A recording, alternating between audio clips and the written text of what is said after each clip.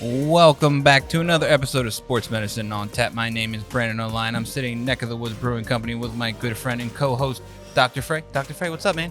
Not a whole heck of a lot, man. I know we're here on a nice sunny day in South Jersey. I'm going to get blinded by the sunset in about 15 minutes into the show. I feel like it's coming. Just hang in there, man. I'm going to try. I'm going to try my best. I might be squinting at you in a little bit. So we Different show. different kind of show tonight. Yeah, it's like a weird, like how to start it off. It's like we're definitely dipping out of the norm. Right. We don't really have that big of a injury profile of anything going on, and we're starting to get into that less concentrated sports season when there's not so many sports going on at once, where all these people going on and everything is like, oh, it's so easy to find something to talk about. Yeah. This one was kind of an oddball case. We're going to dive into a little bit of a recent legal issue or lawsuit that was kind of published. But couldn't be more sports medicine. Right? Yeah, Like it's super sports medicine. Right, Absolutely, exactly. yeah. It involves a lot of things sports medicine, so we're definitely going to dive into it. Yeah. Before we go ahead and go do all that stuff, just want to get a quick shout out to one of our sponsors, Virtua Orthopedics and Spine. They have you covered from runner's knee, dog walker's hip, to yard work back, laptop wrist. They got a doc for that. Find the right specialist for you at virtua.org/ortho. So before we go ahead and talk about all of this, I think we do a really good job in our everyday show or our regular weekly shows that are disclaimers of that we don't have access to the medical information of the people we're talking about. Not at all. And going into the conversation tonight, we really don't have access to the legal information and actual case, documents, if you will, of this case regarding a former Penn State orthopedic surgeon, Dr. Scott Lynch, Yeah. who recently was awarded $5.25 million in punitive and compensatory damages from this lawsuit that he put forth against the Penn State Health Milton S. Hershey Medical Center and Dr. Kevin Black, who was his supervisor, who announced his removal from being the orthopedic surgeon for Penn State football. Yeah. And, kind of, I guess, as we're going to get into some of the details of it. Mm-hmm. And, I don't know, again, maybe it's just because it's our world, right? Like that it seems more significant to me. Mm-hmm. It's that scenario that you always worry or sort of dread. Mm-hmm. And, I think that I've had the good fortune up until now to have been shielded from it. And Yeah. I don't know if I've been shielded from it because I've been working with good athletic trainers who have shielded me from it and sort of inserted or just been lucky, right? Like just good luck kind of a thing. But it is kind of gets to the heart of some of the biggest issues that you can face in sports medicine, and how important it is to have that team approach, the whole colleague approach, team approach, doc, athletic trainer, coach, either general manager or athletic director, what have you. Yeah. Kind of everyone kind of being on the same page and on board with the sort of the same goals in mind. Very interesting in how almost destructive or how difficult it can be if that's not the case. Like Right. just everything falls apart. Yeah. So in kind of summary, again, we don't have all the grand details of everything. This is based off a couple different articles that were published by USA Today, ESPN, Sports Illustrated, Bleacher Report. They all kind of reported about this. But as mentioned, Dr. Scott Lynch, who was orthopedic surgeon for the Penn State football team, roughly from like 2014 to 2019, was released or removed from his duties, and then he went ahead and filed a complaint and a lawsuit that he was removed because as a retaliation because he made complaints about Coach James Franklin, and that he interfered with medical decisions and return to play decisions for the student athletes on the football team. Right. And unpacking that and just the titles, like, holy cow, we got a lot to dig into. You tap into the worlds of the big bad beast, if you will, the NCAA, and like the big D1 football programs and stuff. This is big time. Big time. Big program. Big program, a lot of history, a lot of money. Unfortunately, some unfortunate history in the world of legal issues and like scandals and other things like that. So it's Coming like off some of the difficult stuff. it's like you don't want to see Penn State in the headlines for the wrong reasons again. Right.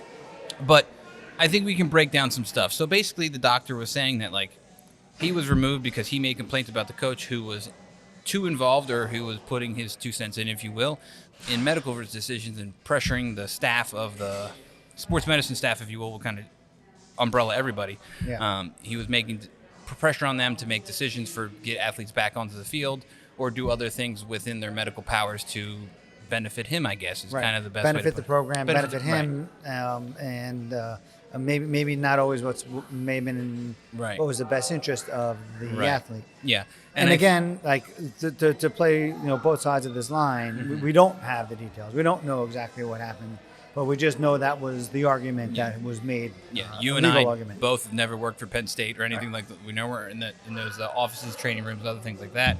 Right. But very interesting scenario. I know in the article for in ESPN, Dr. Lynch was quoted that this is like a big ordeal in the NCAA, and that it should be something that's investigated further, more than just Not just his Penn case. State, but fairly widespread. Yeah, everybody. And he's hoping that that price tag of $5.25 million in compensation would be kind of a eye-opening thing for a lot of these big schools who may have some of these issues internally. It's like, oh man, we might have to fix this stuff up a little bit before this comes into our front step, and then we have to pay out and all this other stuff. For sure. If there is truth, and usually I find that usually the truth lies somewhere in between, right? But some of the arguments that were made against Coach Franklin in Penn State and Hershey Medical Center and were what? What were some of the egregious ones we have written down? Yeah, so we took a couple of notes here. So another doctor who's named in the article, Dr. Peter Seidenberg, who was a primary care sports med doc who worked alongside Dr. Lynch, described an incident where they had an athlete with a high ankle sprain who wasn't cleared to play, but then Coach Franklin was, quote unquote, trying to influence medical decisions, and we were being pressured to release the athlete, is what the article said. Yeah. Now, in the world of sports medicine, athletic training, and things like that, I can't say I haven't been in a situation where you get someone who's injured who may be a key player or someone who's important to the program. Yeah. And you have that discussion with your coach or whomever your go-to contact person is for your respective team, and you just kind of talk about stuff. I always take the approach of I kind of give my best idea of what it could be. Right. Kind of very similar to how you hear me talk on the show, like, oh, this could be like 4 weeks injury or something like along those lines. And there's only so much we can do as professionals, as healthcare professionals. There's only so much tape. There's only so many braces you can wear where it's like, if a joint or a ligament sometimes is your damaged, magic wand is in the shop. I always jokingly say I do the clap your hands, rub them together, do the Mr. Miyagi hands from the Karate Kids. Like, it's not working too good today.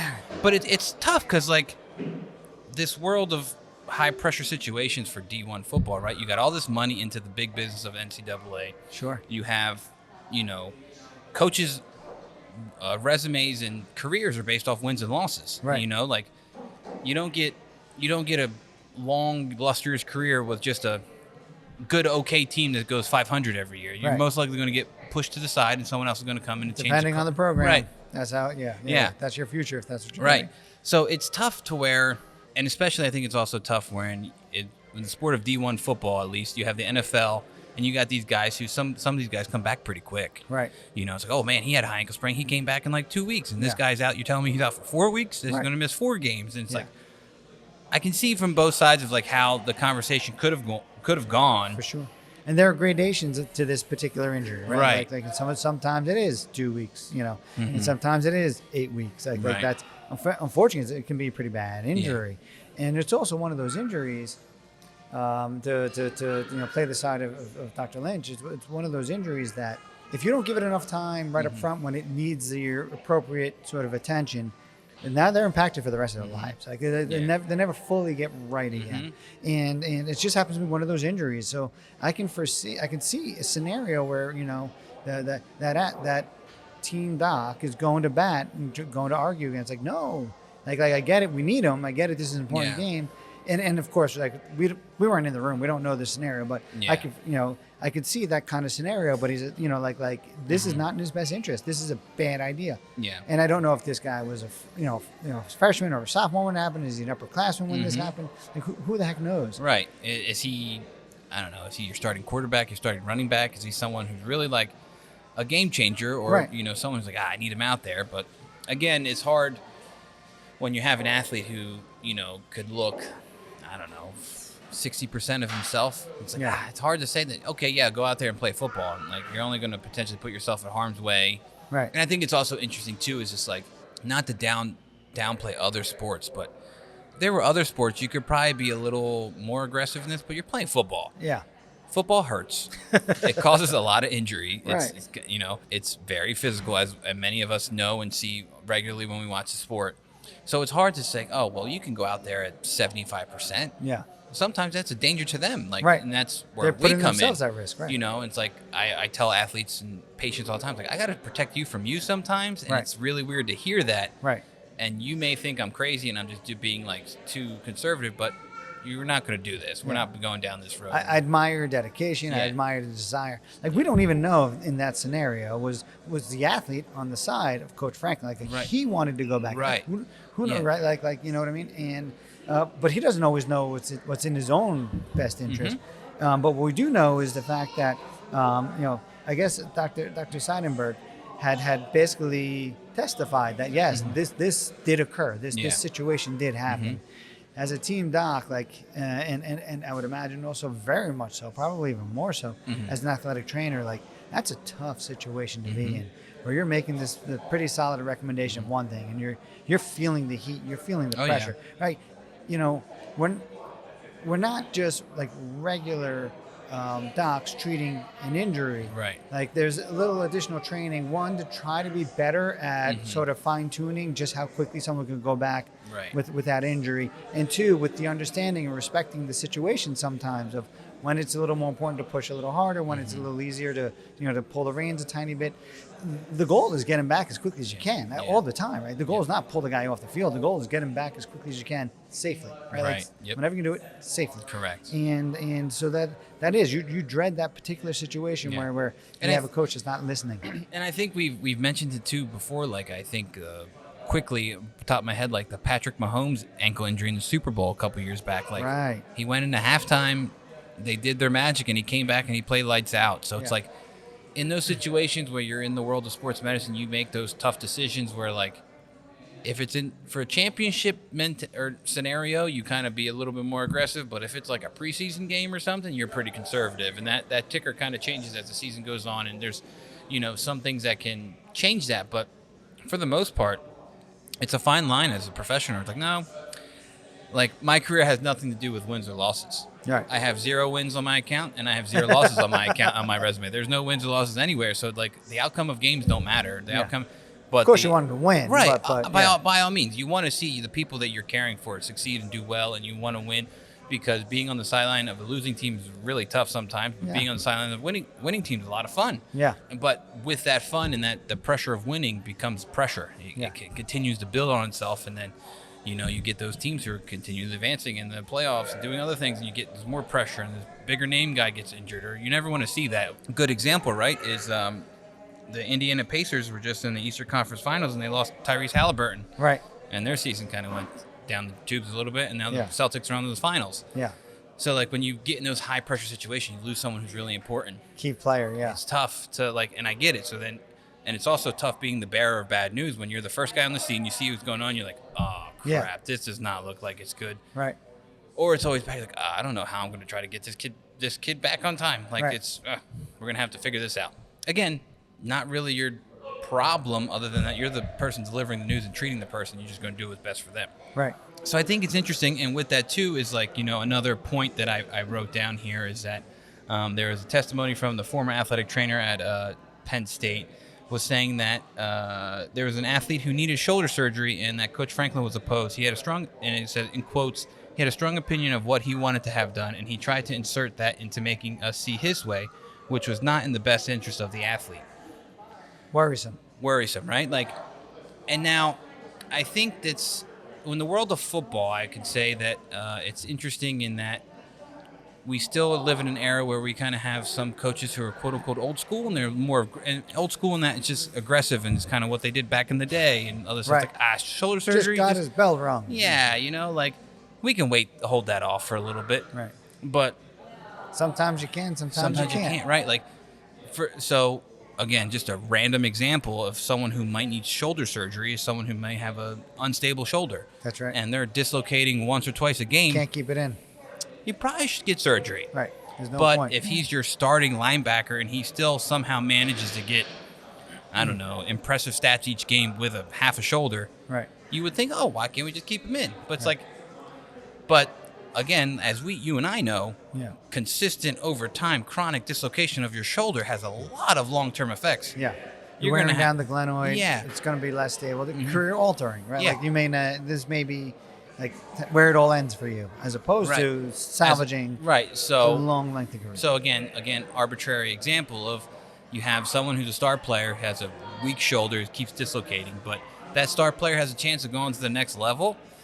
You might want to rest that kid to get him healthy, or if you keep pushing it just for the fact of the college, right? If they Right. just want Penn State to succeed, then yeah, I guess you could push it through if this kid has no aspirations to go pro, right? Right. Sure.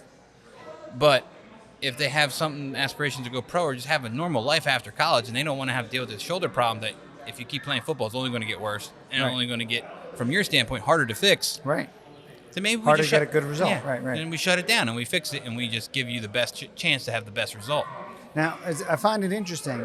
I could see the argument. I could see Penn State, the defendants basically within this lawsuit having a better shot at defending themselves if the recommendations that Coach Lynch was making that may or may not have been followed were a little bit questionable or Right. overly cautious or whatnot. But that wasn't really the defense that it seemed that Penn State took in this Right. particular argument, right? It's at least, and maybe they did. Again, I did not, Right. I haven't read the minutes from the trial. I don't Right. really know all the details and whatnot, but it seems like the overwhelming defense was that they didn't want him to continue to be their team doc, Right. because he lived 100 miles away, Right. Which I see their point. Yeah, which is, again, like we're going back and forth on But- like the side of the argument here. It's just like, that's a great point. Like how can you effectively serve a team, if you will, as a sports med doc or orthopedic surgeon in that regard when you're 100 miles away? Right. In the world of sports medicine, in the world of Medicine. medicine and Division I sports, like stuff moves fast. Yeah, yeah, And it's yeah. like it's really instantaneous. I mean, you have doctors coming on campus to see your athletes, and it's like, yeah, he's taking that time to drive those 100 miles to do it. I'm He's sure doing it. Yeah. for games and other things like that. Yeah, probably doing training rooms and all the other stuff. Right. Yeah.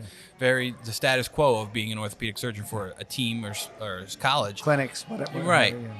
So it's tough to say like I guess that's not so great in regards of like speed of accuracy of different things. And I think with the distance of, being 100 miles away, I think there was in the article a little bit of snippet of that. I guess that Coach Franklin and this doctor had a phone call and he was hung up. One of them hung up on the other one. Oh. And the defense was like, well, you can't hang up if you're not 100 miles away, right? If you're talking to someone in person, which is like, I guess so.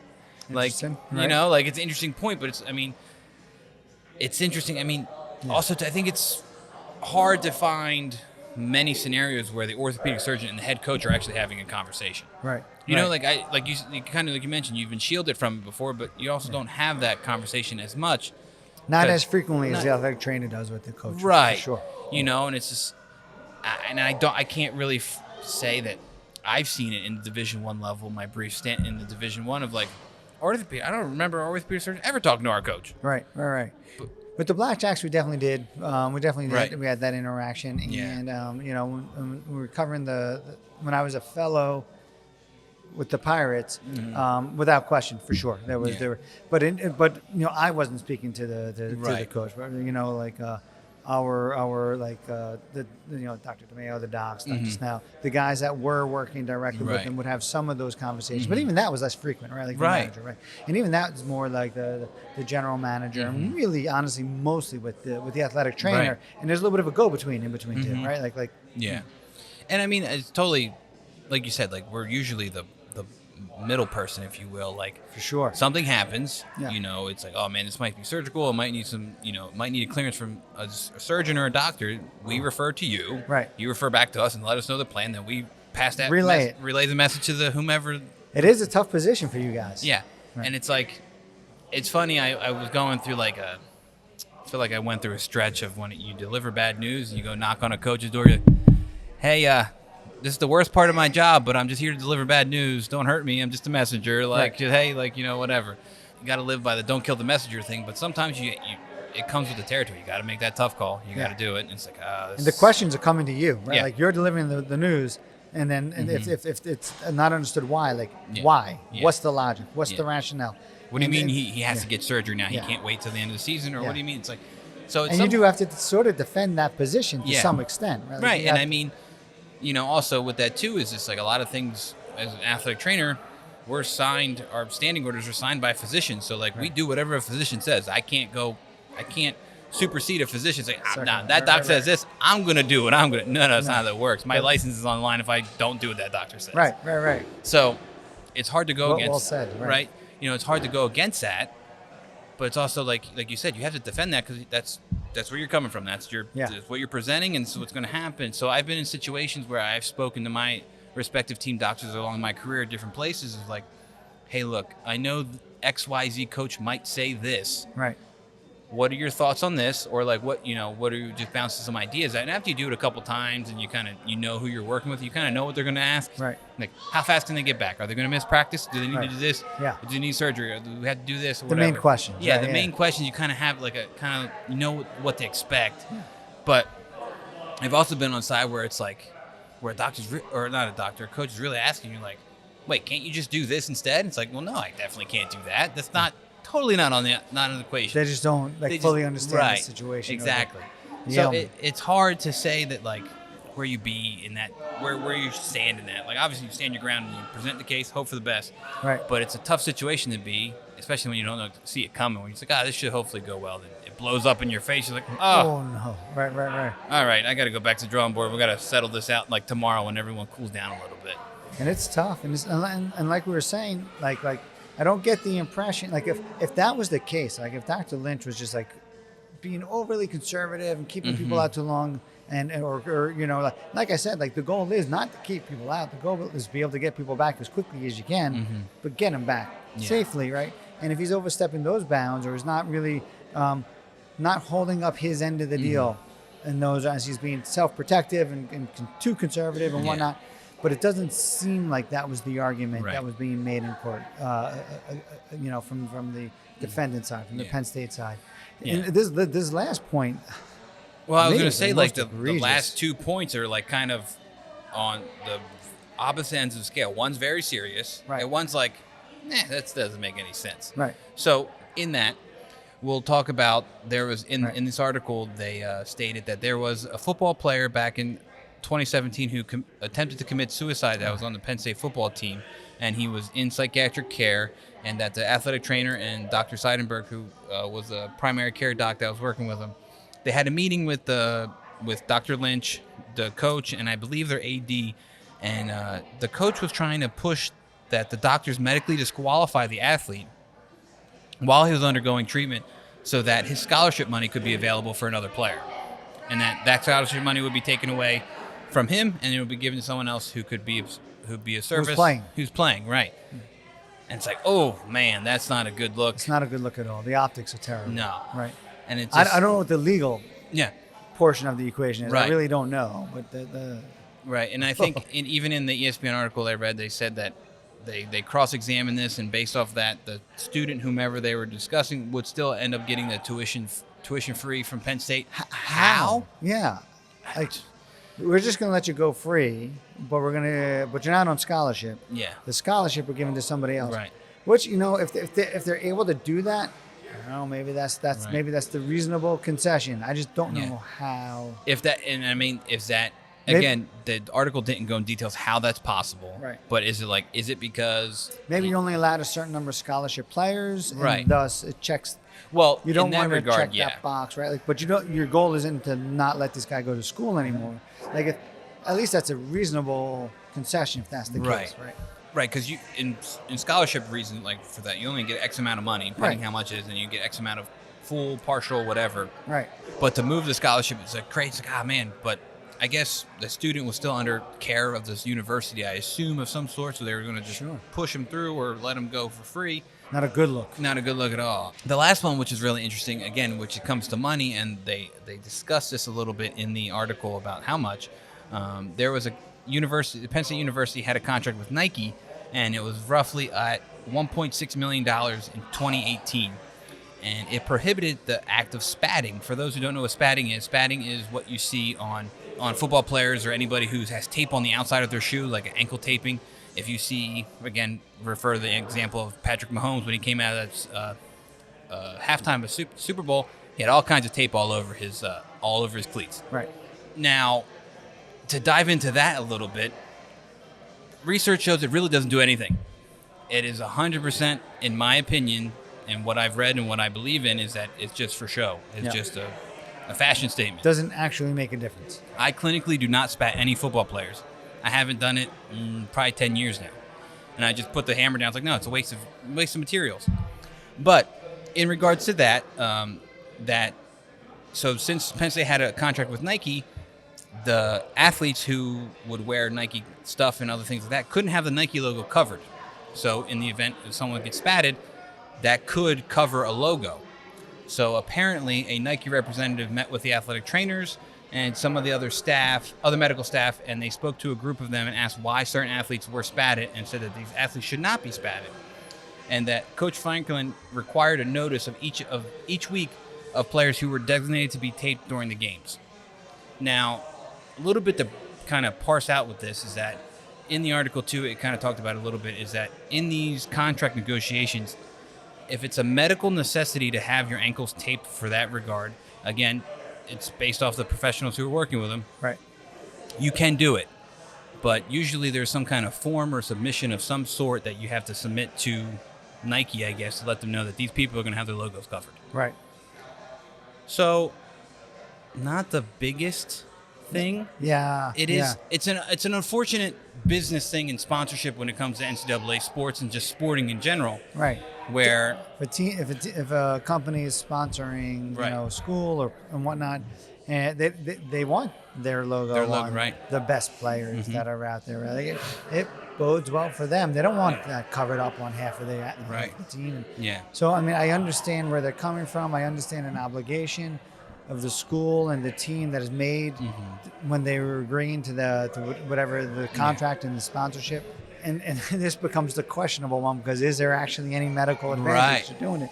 But it can't be done at the expense of the athlete's health, Right, exactly. And I think that's where it gets weird, because I think the art of spatting, if you will, is a little older school mentality. It's like an old school. It's still done. It's all the time. All the time. Across. Right. Yeah. It is done across the board on all levels of sport, football especially. Right. You still see it in D1, you still see it in D2, you still see it in the pros. Right. It happens. And it's almost like, I hate to say this, it depends on where you land. Like some people watch baseball and they're like, does he pass the eye test, right? And then there's other people where it's all about, it's the statistics and everything, age of baseball, right? And you can almost make that argument where it's one of those things where there are plenty of people who will say, I don't care what you say. I don't care what the studies show. You can't tell me that this doesn't help. Right. And they're just going to do it. Yeah. And they're not hurting those people, but and maybe they are helping them, and maybe it's a hard thing to quantify. But so I get it. It's going to exist. It's going to keep going. It's not going to change. It's not going to change. Right. My little soapbox, if you will, about spatting is not going to stop people from spatting. That's it's going to happen. It's going to, people believe in it. And I'm sure there might be a case somewhere along the lines of my career where it's I might dive into that well again and do it again in an instance where it's maybe. Yeah. But all in all, I haven't done it in a long time. This is definitely the certainly like you just said, the lower level sort of egregious event. Yeah. When I looked into it, when I was reading it, and I was like, I get what you're saying. A coach is saying something about a medical thing that's done, is taping on the shoe for a medical reason, quote unquote, or whatever the case is. But it's it's not that big of a deal. Right. I get it. But I've also seen it where the other side of things where for example, for the sake of this example, if your school is sponsored by Nike and you're walking on the field with, I don't know, Adidas or Puma or Under Armour, and you're just so happen to be in the right spot at the right time to see the highlight catch, and you're in all the pictures. Yeah. You're getting fined for it. Right. I've had, when I was in different levels of, Division I, Division II, more the higher, less, is you can't wear the opposing stuff. You might have to cover your logo. You got to cover that guy's logo. Spatting done for the sake of right protecting the contract. Right. And then same thing with that when I worked in, like you mentioned, the AFL before, the Arena Football League, is that we would submit letters to whomever, the commission or the league, to saying that these XY people are going to be spatted and that their logos are going to be covered because they had medical necessity, and then they wouldn't have any fines. Right. No right. issues. You know, just submit it ahead of time. Yep. This is what. Yeah. So I think, I don't know. Again, we don't have the minutes from the thing, but I just think that aspect of it was just like something else to add to the case. It wasn't significant. Right, not a huge role. Yeah. But I gotta tell you, like reading through this and going through this whole thing, there has to be some level of trust in the like kind of the doctor or the healthcare professional athlete relationship. And I think that you start seeing or hearing about stuff like this, and without question, it begins, or potentially, I shouldn't say without question, it potentially erodes that level of trust, right? Like, and I admire Dr. Lynch for sort of sticking to his guns. If he felt like they're stepping on my toes and they're not letting me do what's in the best interest of the athlete, Right. because once I've lost their trust and their ability to do that, then I've lost my ability to really effectively treat them. Right. Because if you're going to go around and you try to say anything you say and you have the kind of that back burner thought, like, oh, he doesn't believe me. He doesn't think he's going to go try to swindle. He this doesn't out. care about me. He just cares about the school. He doesn't care about me. He just cares about like what's in the best interest of the team. And that's a problem. We face that as docs. We face that. Like. If we like sometimes if in a workers' comp scenario and whatnot, you're walking a fine line. There's an obligation to try to make sure the situation isn't getting abused and that the company in this situation, Penn State, isn't getting taken advantage of. But you certainly don't want to put that person at risk. You don't want to miss something over or not give adequate attention to something. And like that is a challenging position to be in. Yeah. And the priority is always patient first, then everything else. Right? Yep, absolutely. Yeah, and I think it could set the precedence too of like, I sent this article to some of my colleagues and people I've worked with over the years. It's like, this is real crazy to look at. Like, that's a lot of money. Yeah. That's a pretty big check there for someone to write off. And, I think it's a little interesting in that it happened. This comes from, I think the lawsuit was filed back in 2019, so we were about 5 years out from it. Right. And now you're hearing it, so it's like, does this there are domino? Legal bills, I'm sure. Yeah, does it like domino effect? Do we see more of these coming up? And that predates NIL, right? Right. So now how is that going to change everything? Right. We were talking about the what's his name, the Maragos. Maragos, yeah. Excuse me. Suing, Former Eagles safety special teams player. Coach Brad. Yeah, go ahead, go through it. No. He. So from my brief memory, I didn't write them. Usually I have good stuff and notes and stuff, but we kind of talked about this pre-show. Yeah. Maragos sued the team docs for the Eagles. He and Bradley, Jim Bradley, who's for the Steelers. Yeah. He said he had a knee injury that altered his career, kind of essentially. And I think they addressed one injury. They addressed basically his ACL or one of his, or his ligaments, and they didn't address the torn meniscus. But he was very arthritic at that point already. But he was awarded a huge sum of money at the very end of his career, right? Like which is, and that was probably the first. I don't want to say the first, but one of many. Like, and I think it. So like it starts to raise that question. Like it's really hard to sometimes treat some of these athletes, and now you add NIL deals, and it's to college, and all of a sudden is that it's scary. Trickle down, like someone who was a fringe player who probably wasn't going to make the NFL has an injury, and they're holding a doc accountable for not being able to make it, or whatever sport it's going to be. When like it opens up a whole other Pandora's box, right? Like, and I think with the NIL stuff, like we talked about before, is like I just brought the idea of like similar to what you just said. Now you just said the end of the guy who's not maybe has a chance, a fringe guy who has a chance. Right. One thing. But if you have a guy who's the star receiver who already has some kind of crazy deal of like, for example, someone like LeBron James' son, Bronny James at USC, he's already making money doing all his deals. Right. If something happened, well, again, he did have something happen to him, but either way, just someone who's a high-profile athlete with the money with the NIL deals, that person gets injured, has some kind of similar injury like Maragos, has this ACL with some meniscus involvement. The meniscus is weird, causes a lot of problems post-surgery, whatever. And now that they're not playing because they're injured, their deal could have been incentive based Right. off them playing Now they're time. losing their money. Now they're losing that money. Who's responsible for that lost money? Right.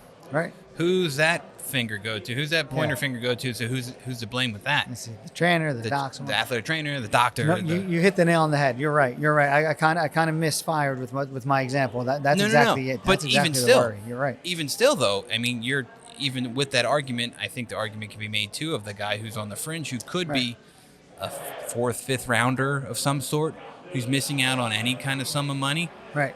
Still hundreds of thousands of dollars on a rookie deal if Right. you're a low round draft pick. Yeah. Still getting it. Yeah. You're still going to get there, but it's like now all this extra money's coming into the NCAA and the NIL deals. And now I think even within the last month, the big Power 5 schools are able to actually pay players now. Like, wow. I know. So now changing. we're getting even more deep in the weeds. It's like, it's going to get harder to do our jobs effectively in these higher profile cases. It's like, oh man. And this kind of feeds perfectly well into the other kind of feel good story with a few question marks, which may not have been, may have been overlooked. Yeah. But Why don't you introduce the feel good story? So again, one heck of a Cinderella story. I've been on the tail end. I've been watching this story unfold as it's gone the whole time. Birmingham Southern College baseball team, Division III school from Birmingham, Alabama. They were informed back in, I believe the article I read was sometime in March. The baseball team was taken in for a team meeting, and their coach let them know, it's like, hey, we just got word that our school's shutting down on May 31st.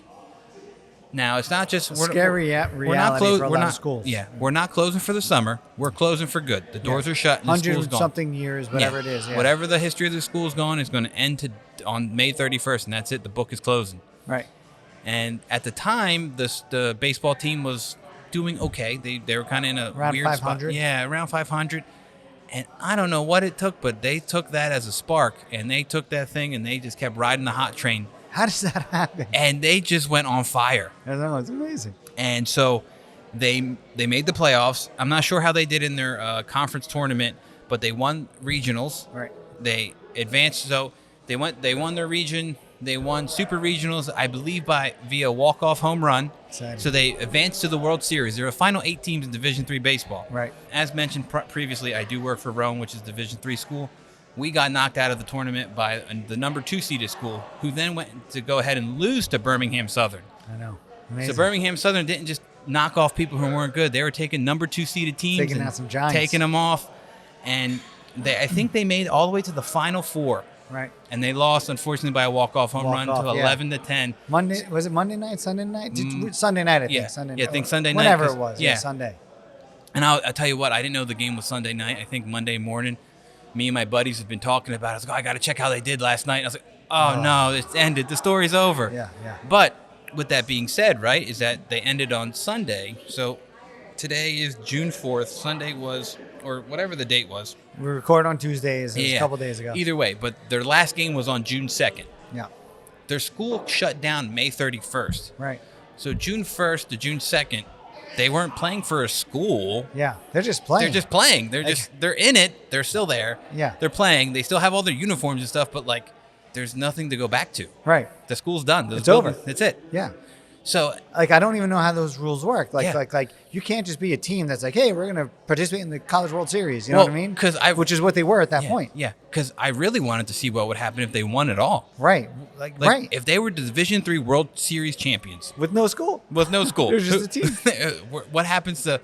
I don't know, dude. Who's the trophy go to? It's not going to go in a trophy case anywhere. Yeah. You know, does it go to the coach? He's not employed by the school. Right. Does it go to the players? It's not going to the athletic director because he doesn't work for the school. Right. It's just so many open-ended questions, but. And then the serious questions. Which my brain automatically goes to, is like, wait a minute. So you're going 2 days post the school being closed. What does that do for insurance, liability? Right. What happens to these athletes when they get hurt? What if someone gets hurt? What happens to the coach, the athletic trainer, who I assume is still on that road trip down with them? Yeah. Are they getting? What if he makes a huge medical error? Yeah. Like what if what if you go down the road of something happening and what happens with the lawsuit of that? Or right. Yeah. So I mean, it seems like people just kind of stuck their head in the sand because it's such an exciting story, which I love, right? Like you don't like. Who You wants always to- love these yeah, crazy yeah, underdog stories. Who wants to be the guy who's like dousing the flame there? You Yeah. know, like it was, and you wish it would have gone further, but in the back of my mind, it's like, oh man, like Yeah. we're just talking about all these like potential legal issues and all Yeah. these particular like complications, Yeah. and all of a sudden, like, what if? Yeah, what what if the if? worst happened? Yeah. See, like, my brain was like, well, I know, like, most places when you work with in a school, you have some kind of secondary insurance for athletic injuries and stuff. Yeah. But that usually has an end date. Yeah. And when the policy's over, The you're not- school's closed. the school's completely closed. You're not covered anymore. School doesn't exist anymore. So, like, I don't know. Do they have waivers to be signed off? Like, hey, you're on your own at this point. Like, or you go down the line of, I don't know, that reliever that you have who's really good, but you're trying to keep going. You might throw him on an extra less day rest or something, and he blows out his arm. Yeah. Where's that bill going? Right. Exactly. Where is that bill going? Like, I is it guess just- his regular insurance. Just goes right through his primary insurance and say, sorry, kid, Right. figure it out. Like, it's a weird position to be in. Very strange, And I yeah. couldn't imagine what it's like. Well, I mean, similar thing, again, to bring it kind of closer to home, is that Cabrini College or Cabrini University, whatever This it is, is not unusual right No. now, right? Right, Like it's a online lot of- schools, a lot of- those small schools are yeah, closing, trouble. right? Yeah, And yeah. Cabrini College had the same thing where the lacrosse team, I don't know if they won D2 lacrosse championship in the last couple of years, whatever the case is, but they were like, this is the last run for the team. Right. And then they made a little splash in the playoffs and they ended up losing, and that was over. But their school wasn't effectively closed at the time. They Right. were still open until a certain It's point. winding down. This team It's was not closed. exceeded 2 days with no school existing. Like, on paper, that school doesn't exist anymore. Right. So like when they're showing up for the games, they're calling them Birmingham Southern, Yeah. right? Like, but in reality, it's just a bunch of guys that used to play for their school called Birmingham Southern. Like, Right. it's not actually Birmingham. Right. Like, it doesn't exist. Yeah, it's a wild thing, and who's to say who did or didn't show up staff wise because Right. they weren't getting paid for it or Right. whatever the case. And there was like a GoFundMe, I think, page Yeah. for them, or, Yeah. like to raise the money to give them, which is just, it's amazing, right? Yeah. Like sometimes the goodwill of people, you love those stories. And like I they're said, great. like you brought it. It's funny that you sent me the link to it, and I was like, "Oh, Dr. Frey, I've been following this story Right, for like right, a right. month now I know. because You it's were on crazy that this could happen." Yeah. And I wanted to see it because I'm pretty sure, if I'm not mistaken, I think D3 Baseball World Series starts tonight. The final two go tonight or the next couple days or something. So Yeah. we would have been like kind of going over their games, on like kind of as we were talking tonight. But Man. it just would have been real wild. Yeah. Um, It is what it is. It is what it is. Yeah. A hell of a story. Way to go out. Congrats to Birmingham Southern, the college baseball team. You guys lit a fire on a lot of people. And a lot of people were cheering for you, whether you knew it or not. Right. Um, And I feel like it's one of those things that were like 20 years ago, like things were different and no one even bats an eye and like, Right. oh, this is great. What a great run. But nowadays, like, maybe it's just being in a different world, being in the sports world and the sports medicine world, like you view it through a little bit of a different lens. Like, Right. whoa, there's a lot of stuff that could have gone wrong. I'm glad it Yeah. didn't. Yeah. yeah. But hopefully no one did get hurt in that regards. As far as we know. As long as we know. But if there's anybody from the South Jersey area that's on this Birmingham Southern team that's coming back home, Give a I call, don't think there baby. is. Give a call to our friends over at Virtua. They have you covered from runner's knee, dog walker's hip. They got a doc for that. Yard work back and laptop wrist. They got a doc for that too. Virtua Orthopedics and Spine has over 120 providers, over 20 PT and rehab facilities, and more than 25 surgical centers all across South Jersey. Find the right specialist for you at virtua.org/ortho. Yeah. So again, just a quick Well shout out played. to our folks over at Virtua. And then just a quick closing discussion real quick is that I felt like we couldn't just dismiss when the number one tennis player in the world goes down with an injury. Yeah. And it got reported this morning that we couldn't talk about it. Again, a common injury. So Novak Djokovic got injured last night in the French Open, and he got an MRI this morning and revealed via social media that he has a medial meniscus tear in his right knee, and he had to withdraw from the French Open, and so he won't be able to defend his French Open title. Sure. And then he'll also have to relinquish his number one ranking because now he's not competing. Wow. So now he's going from number one to whatever it happens, Yeah. So it's interesting. It's like, a guy who's had a couple injuries in the past. Again, this was not our topic of tonight. I didn't go deep into the weeds of it. Sure. He's had some injury history, some legitimate tennis elbow, and he had some surgeries and stuff like that. But it's just like, it's unfortunate to see someone who's, again, number one in the world go down with an He's injury. been by far the best. Yeah. For a long time, and like Alcantara, whatever his name is, like who looks like. And there's a few guys that are on the bubble, like on the horizon, that are going to be look like going to be exceptional players, right? Like, and Nadal is was I think challenged him, especially in the French, right? But was never quite that same level. Like Djokovic has been just on dominant another planet, like maybe the best player of all time, kind of a thing. Yeah. And I think his greatness, if you will, recently has been a little tainted in that because of COVID vaccination and stuff, he had to not compete in a lot of different places. Right. He kind of had to sit back and wait till whoever would take him he would compete in their respective tournaments. Sure. And then when he got in, he probably pretty much won. So it's like, and it's also, I don't follow tennis too much. Me neither.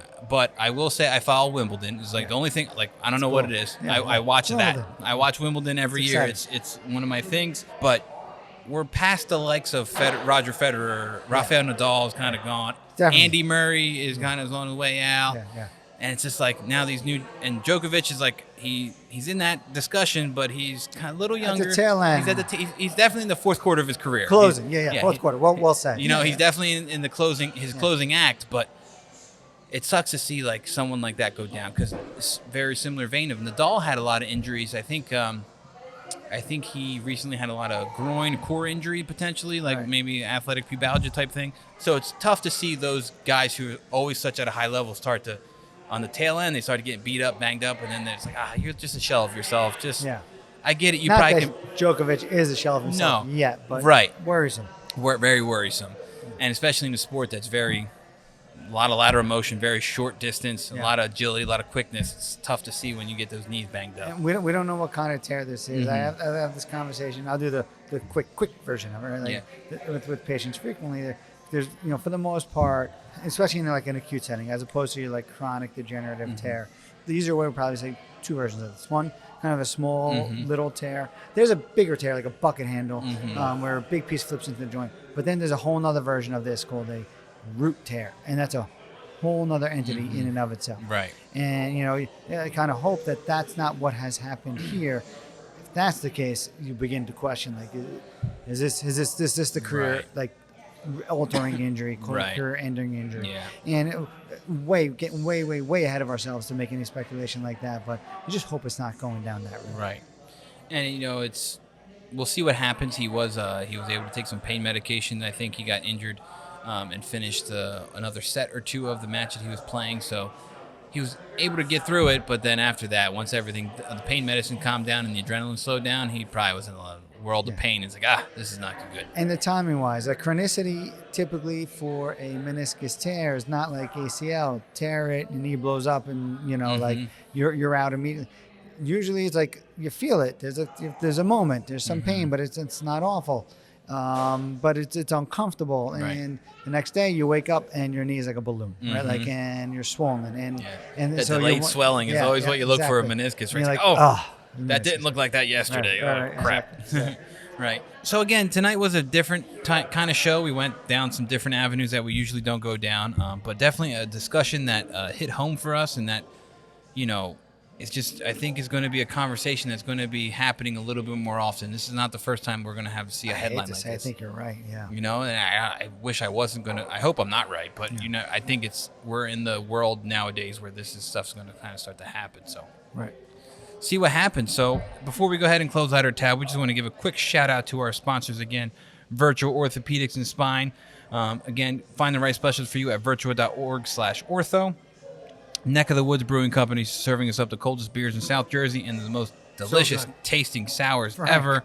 And lastly, our folks over at Timber Reel Productions, helping us put this audio and video together for everyone out there. So give us a shout out on Facebook, we don't have a Facebook, Instagram or YouTube. Give us a follow and a subscription there, and you'll stay up to date, and we'll catch you up next time. Till then, see you next time, folks.